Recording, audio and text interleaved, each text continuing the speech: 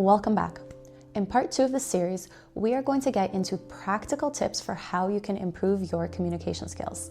Now, this is going to build on part 1 of the series, which talked about the importance of your psychology. You see, every single time you communicate, anytime you're having a conversation or you're listening to someone else, you are always sending 3 types of signals. That's your inner signals, your verbal signals, and your visual signals. Now, in part 1 of the series, I introduced the concept of your mindset influencing your communication. And that's where internal signals come in. The way that you think, the way that you anticipate a conversation going, it influences how you show up, how you speak, and how you project yourself in the interaction. Now, in part 2, we are going to get into your verbal signals. So these are the cues that you're showing others while you speak based on the way that you articulate, your communication patterns, and the habits that you have while speaking. In part 3 of the series, we will get into your visual cues, and that has more to do with your body language and your facial expressions and the way that you naturally express yourself. But before we get there, we first need to make sure that the way that you are communicating, the way that your verbal signals are coming across, are aligned with being intentional and confident. So in today's episode, I'm going to start by breaking down a foundational aspect of confident communication, and that is the way that you articulate and the volume at which you speak. Now, this is something that's often overlooked, but it is so incredibly important because it lays the foundation for how the conversation goes, as well as how the other person responds to you, often unconsciously. So let's break this down. Let's start with your articulation. I want you to think of your articulation, or how well you pronounce your words when you speak, as the equivalent of handwriting. Think back to a time where you saw perhaps a commercial, an advertisement, a carousel on Instagram that had clear, plain text. It was easy to read, you can skim it, and within seconds, your brain could process what it is that you were reading and what the message was. Now think, on the other hand, to an example of an advertisement, a carousel, a font that was cursive, maybe it was lopsided, and it took you a moment to really pay attention and to try and figure out and decipher what each of the letters was. And naturally, it took you longer to process and to read and to understand. The exact same thing happens to us when we speak. When you take the time to fully articulate your words, the other person processes your message faster and easier. If you are someone who tends to mumble, if you tend to talk quickly, if you tend to smush your words together and articulate less clearly, well, naturally it becomes a little bit harder for the other person to really tune into what you're saying, process the words that you've said, and to understand the message that you're conveying.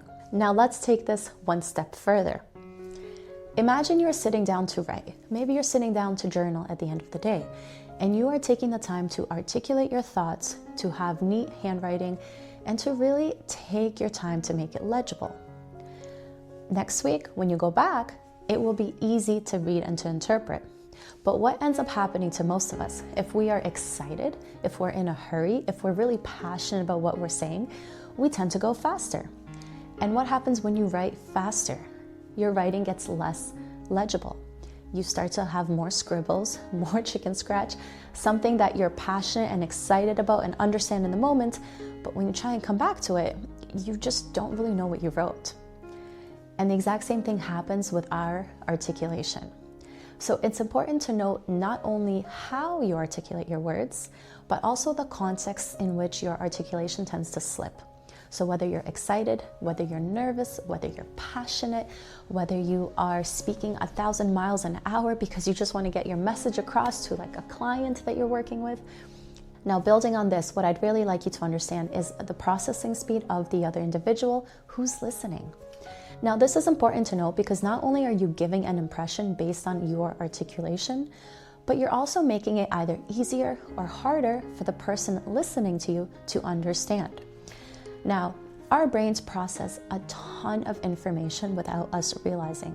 At every single moment, your brain is unconsciously processing the lights, the sounds, the background noise, your bodily functions, any external stimulus, and listening to you speak at the same time. It's a lot. And so that's why we have something called cognitive load. And this is the idea that our brains, our minds, have a capacity for how much they can process at one time. The same way that your computer or your phone has a capacity of how much it can process. When you are taking the time to articulate your message, you are lowering the processing and the cognitive load of the individual listening to you.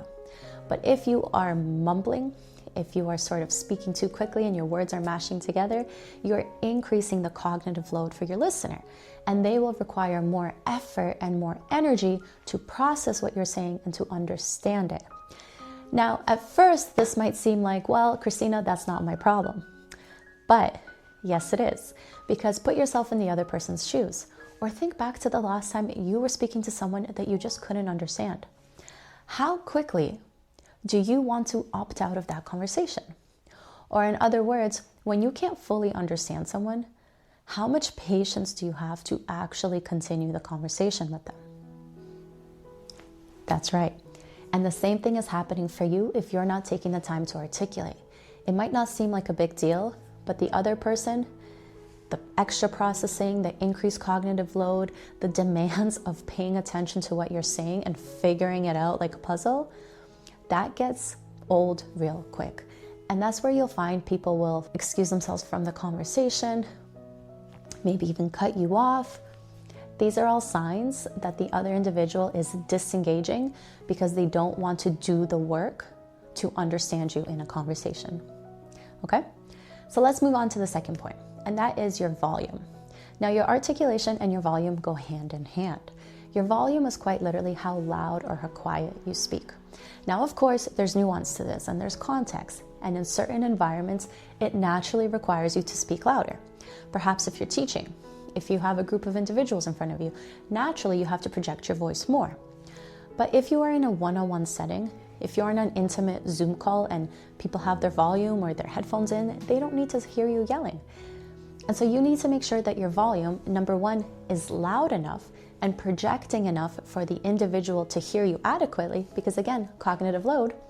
But number two, you want to make sure that it's appropriate for your context and the situation that you're in. Now, articulation and volume go hand in hand, because if you are mumbling, if you're not articulating your words clearly, and you're speaking quietly, well, now that's a double whammy, and it becomes so much harder for someone to understand you. Now, some clear signs that this may be happening to you is if people consistently ask you to repeat yourself, if people are constantly misinterpreting what you said, or if they're sort of ignoring your question, giving you a superficial answer, and taking over the conversation.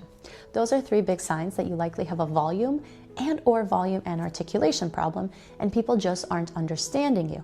If you are making them do the work to understand you, most people will get frustrated, they'll get bored, they'll get disengaged, and they won't want to continue the conversation, which honestly is a disservice for you. So here's what we're going to do to start working on your skills of articulation and volume.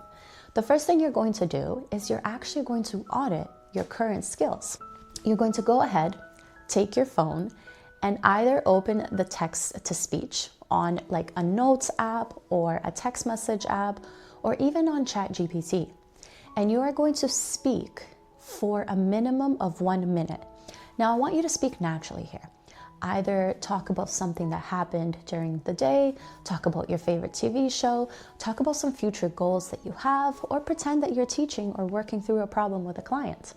The important thing here is that you speak for at least a minute. And then I want you to go back, forget filler words, forget any of that. I want you to go back and notice how often the text-to-speech transcription misinterpreted what you were saying. If there are quite a few differences between what you said and what it picked up, that's a very clear indication that you're not articulating those words properly. If there are very few, then good news, you are articulating your words well. Now, the second thing you're going to do is you're going to reach out to at least 5 family members or friends, and you're just going to ask them to either describe you and your communication style, or more specifically, ask them to give you some feedback on whether your volume is appropriate enough when you speak. So just ask them, is it hard to hear me? Am I loud enough when I speak to you? Do you feel like I need to work on projecting my voice more? Once you've done both of those exercises, you will have a much better indication of what your starting point is. And from there, you can then begin to work on your articulation, your volume, or both. Now, when working on your articulation, what I'd like you to do is just practice slowing down and over-pronouncing your words. This will feel awkward, this will feel weird. It doesn't matter. It will help. The second thing I'd like you to do if you're working on your volume is to just practice projecting your voice. Now, most people, if they feel like you're right there, they're aiming their voice for you. But when, again, going back to that psychological state, if you're nervous, if you have self-doubt, if you're uncertain about what you're saying, you will naturally lower your volume as well. So instead, what I'd like you to do is practice projecting your voice over the individual.